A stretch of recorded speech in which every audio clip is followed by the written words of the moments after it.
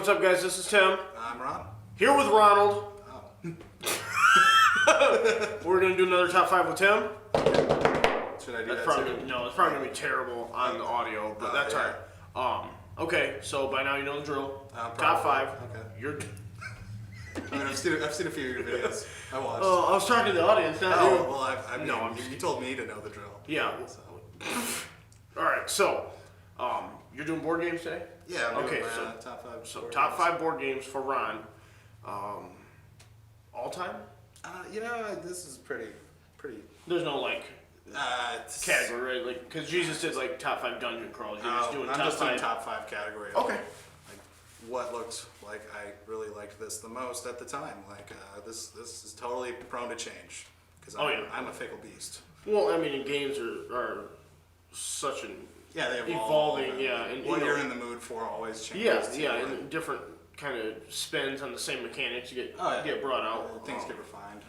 Yeah, kind of like with Mysterium, how it's kind of a twist on Dixit. Clue. Yeah, it's like Clue and Dixit smashed together, and it's a really great thing. Note to the audience, I would have chose that game, but I've only played it once, and didn't feel like I'd played it enough to say it's in my top 5. To justify putting it in your top 5, to bump one of the other ones. I thought about it. Yeah, it's a great game. And I don't think it's an accident that's been on several of our top 5s. It's probably not. All right, so without further ado, let's see your number 5. All right, my number 5 is Munchkin. I really like any version of this game. It's mostly just a casual pickup game. I've played it with a lot of people that aren't really into gaming. Like my friend Paul came over with his wife and Munchkin one day and was like, "Hey, let's play this. Have you ever heard of it?" And I'm like, "Yeah, I used to play it all the time. It's got a bunch of great D&D jokes." And we just had a lot of fun, and it's a good casual game. Yeah. There's a lot of depth to it too, especially when you get like all the expansions. Yeah, there definitely can be. That's one really good thing about it, and it appeals to so many.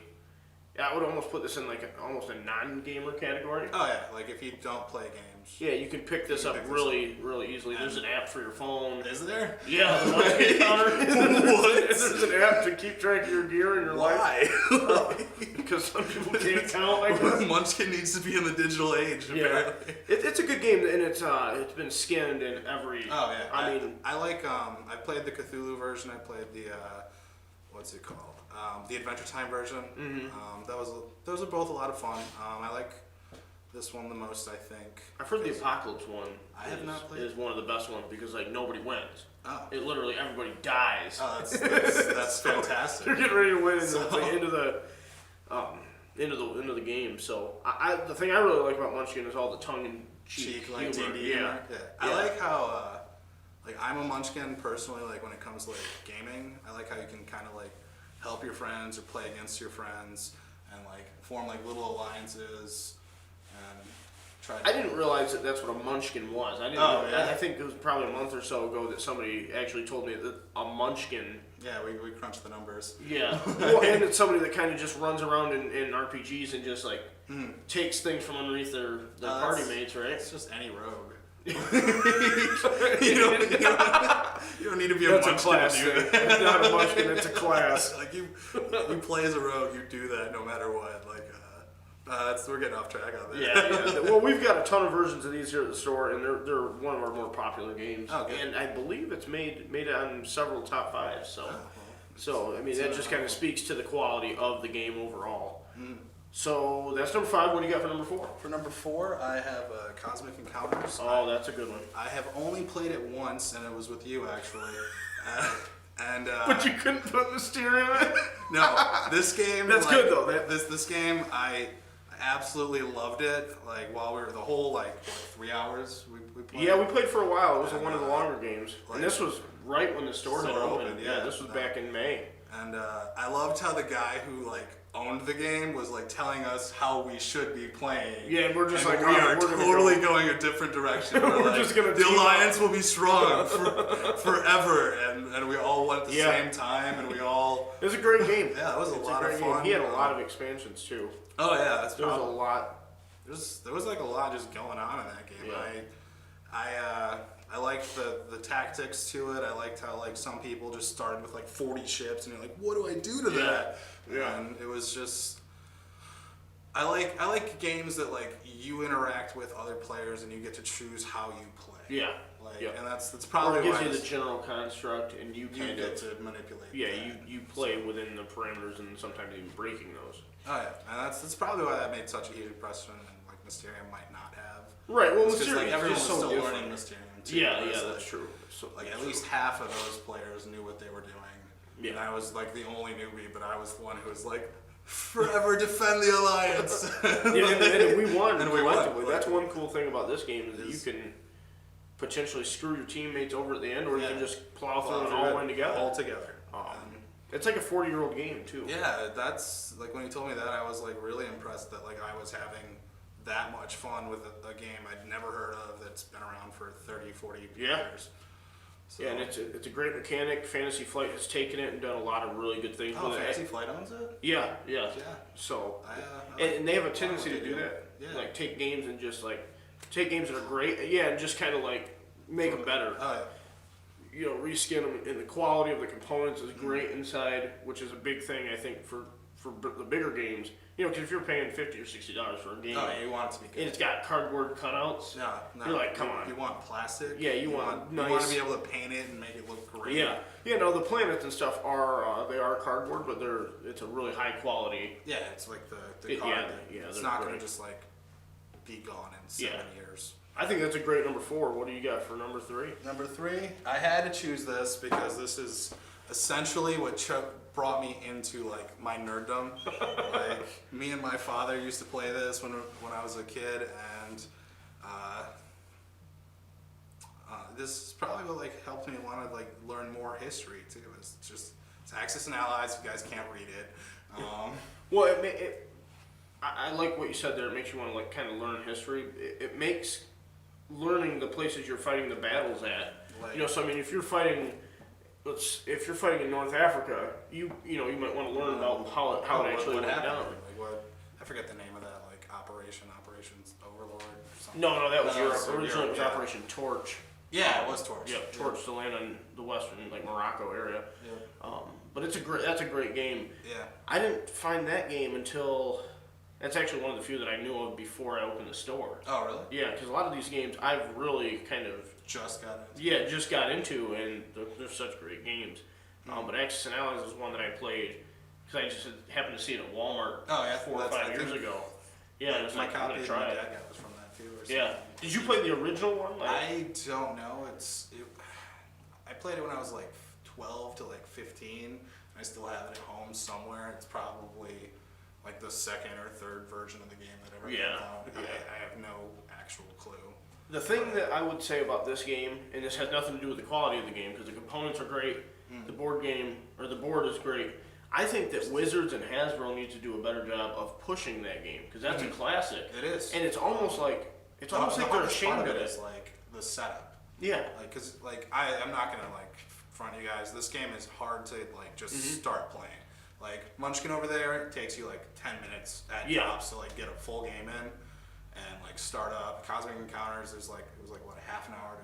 Yeah. We played it for a long time, but I mean, you could play it short, because you can. This is 2.5 hours of setup. Like there is no way around it. It's worse when the players don't know. Oh yeah. You know, like when you're teaching somebody what the difference between the models are, it's a lot harder. But once, like we've been playing every Saturday, and it's been really. It gets quicker. Yeah. We get it set up in about an hour or so. Maybe like once every twice a year, Right. once a year at most. It'd be one of a perfect game to leave in a basement. Oh yeah, And just have then it always set play, up. play like a couple turns a week or whatever, and then you could really get into it. That might be like too much. Where like Maybe. you show up and you're like, 3 weeks Like, ago, all right, naval command. Turn 4. Everybody's got their coffee. All right, let's do it. All right, what do you got what's your number 2? My number 2 is Betrayal at House on the Hill. This is a game I just started playing recently with a group of my friends. We have like a D&D group that gets together every Tuesday. And after, we have 2 members that always have to leave early, and then the rest of us like pull out board games. Right. And once they pulled out Betrayal at House of the Hill, that is just all we've been wanting to really play. It's just a lot of fun. There's like, I want to say like 50 different encounters or something in there. Yeah, from what we've done a couple top 5s with Cosmic Encounter and Betrayal on them. Betrayal's a great game, and a lot of, I still haven't had a chance to play it, but people I would recommend it. people love it. Yeah, no, it's And whenever people play it here, they always have a good time. yeah. And there's always an element of intrigue because there's the traitor. Well, there's a lot of fun you can have like with it, like as like a role player, like Right. just like playing it. Yeah, because you have your There's 6 role. characters. Yeah, like, and you play the way through. It tells you like your hobbies and stuff. So you're like, like, oh, my guy likes shiny things and sports. His name is Ox. So you like just get to pretend to be a big dumb guy for like an hour and a half, or That's however funny. long it is, and you just have a good time. Yeah, it's got a lot of replayability. Oh yeah, also. because like the house, like just every game is different because the house will never be the same. 'Cause Right. It's like a stack of cards, like this tall. However, it's trying to find around. It's a big stack. It's a big stack, and you just flip them out, and that's the room you enter. So it's different every time. It's a lot of fun. Yeah, it's made it to quite a few top 5, so it's obviously earned its stripes. Oh yeah. So you got a good selection here. I'm anxious to see what your number 1 is. My number 1 is Descent, Journey in the Dark. Just like slide this over here. We can finagle a little bit. There we go. Actually, I just bought this game. Well, I didn't buy it. I got it for Christmas. I have had a lot of fun playing it. There's a lot of tactical strategy. If you like Dungeons and Dragons, it's basically that, but faster to start. You don't need to make a new character every time. You can have like an ongoing campaign for like months. There's a bunch of different like events. There's I want to say like 30 expansions. Oh, something like that. And Like, it's down to its second it's edition. like ridiculous. Yeah, it's like there's so much stuff. Jesus always says that we could play a different game every day for 6 months Oh yeah. and never play the same thing. It's a lot of fun. There's a bunch of characters. You can have like an all orc party. Again, if you like the role playing aspect of like D&D, there's room to do that. Or if you just want to be a Munchkin and just Because power you can game, just put the tiles down. Yeah. And you can go through and level your character in a campaign. You can play one-offs. Yeah. Does that have a skirmish component? Because I know the Imperial Assault. No. Because I know Imperial Assault, which is the same it's like game. Star Wars, which I haven't gotten to play that. That That's might awesome. be in my top. We just 5. finished a I have no campaign idea. of that. We played, I think 15 games. campaign missions. It was great. It's a lot of fun. Descent, I think, is going to be one of the next ones that we do. I'm having a lot of fun with it. Like our guy who's like running it, I forget what they call it, like the Dungeon Master of Descent. Yeah, I think it's the Overlord. The Overlord, yeah. Overlord. My buddy Tyler, he's our Overlord, and he's been buying expansions like left and right to try to like Oh yeah. get at us, and we've been. There is a heavy element of the Overlord playing against the players. Oh yeah. So it's different from they are battling you. Yeah, it's different from a dungeon master or a game master that's trying to kind of Like have you. urge you along. Yeah, They're trying to smash you. Yeah, and like they'll ignore you if like their job is to not deal with you. Yeah. And you're like, oh, I'm a fighter. I'm gonna go stop that guy. No, it's over there now. Like, oh, thanks. like, what do I do? And there's so many scenarios with the tiles, and you can mix and they're like puzzle pieces. You can mix and match. You could, if you wanted to, like, if you were just interested in playing D&D, this is like what, $80. Yep. And it comes with like dragon models. It comes with like goblin models. You could like literally just buy this and play D&D with it too, because it's got enough tiles. Yeah. Oh yeah. There's enough expansions where you can mix and match and make. Well, and the miniatures are great too. Oh yeah, the miniatures are they're phenomenal. Pretty good quality. Again, another Fantasy Flight game that they just really do it well. So. And there's conversion kits to get to port over the stuff from first edition, because this is second edition, really streamlined. Yep. But there's a whole conversion kit to get all the first edition monsters and miniatures I like into the game. the expansions they have, because they have in their like they have like story quests where their monsters are like tokens, and like all the tokens and like the cardboard in this game, because there is cardboard and there's like plastic elements, are really high quality, so they're not going to wear out. Oh yeah. But if you really like the game and want like another like model to go with it, like I've been looking at their like expansions for like the villain Overlord model things. They come with like extra Overlord tokens. Those all look cool. Oh, Like, I've been like, oh, I kind of want that just for like 40K or something. Like, Yeah, it's like just the components are great. Yeah. I mean, I think that's a trademark of This feels like a Fantasy Flight commercial, but yeah. So really their components are great. endorse us. Yeah, when they take a game, man, they just like really they make sure it's done right, and I think that's not that other companies always lack on that, but I think Fantasy Flight might lead the lead the charge on that. That they're making definitely sure for board games. Like I've broken a lot of their like RPGs like on accident because like they just didn't balance something. Oh right. Like they are amazingly good at like board games and just making a fun time. Cause like even the games I accidentally broke were just phenomenally fun. And wow, this does feel like a fantasy. I know, right? We're not trying to figure out what we came in to do. Like, just start gushing about the quality of these games. Okay, we got Wizards Coast. Okay, two So wizards, two wizards, and two fantasy flights. and Okay, then Steve okay. Jackson over here. All right, man. I think let's see. Now this comes to the point in the video where I rearrange to my liking. Okay. My top 5, or what I think. What out of my top 5 should have been different? Well, no, just kind of No, I got your games out of mine. I think I'm gonna do this and then just get Munchkin completely out of here. Not a Munchkin fan? No, it's all right. I've just had some bad experiences with Munchkin, so that's number 5 for me. Okay. Descent, I think I can't willingly do that. Can't win. Descent's got to be number 2. Okay. So Axis Now is my all-time favorite game of any kind. Oh, well, that's fine. Yeah, all-time you favorite. play guard, like in 40K. You basically so play Axis and Allies when you're playing 40K. I need my tanks.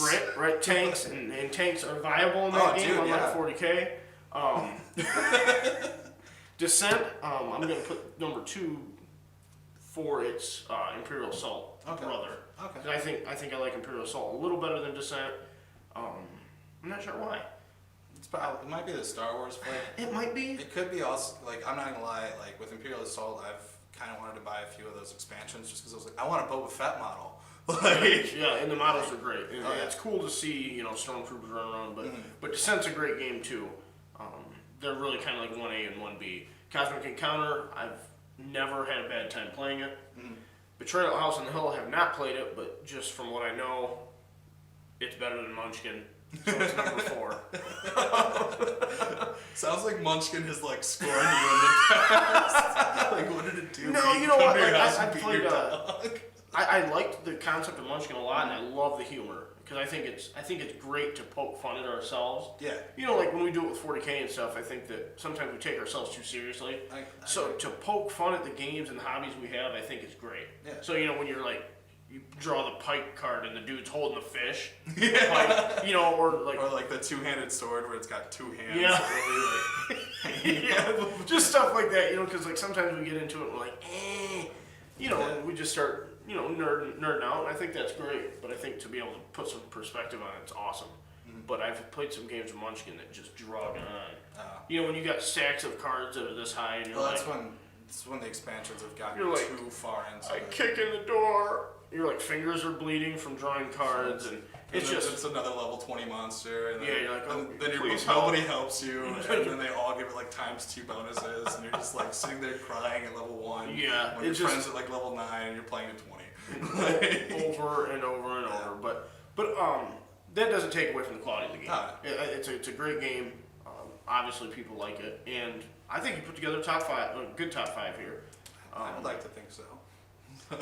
And you just came in today and you're like, oh, I like these. Let's film it. Let's film it. Yeah, actually, I think I literally did this 3 minutes before we started. Yeah. I was like, all right, we're going on camera. We're going on camera, right? Impromptu. Yeah. Word of the day. Impromptu. No, great selection. I'm glad you had them in the store. Yeah. And if you like these games, you could come and purchase them at Acropolis. That's right. You can do that. I'll endorse you for sure. Perfect. We've been doing too much for Fantasy Flight. We carry a lot of Fantasy Flight here.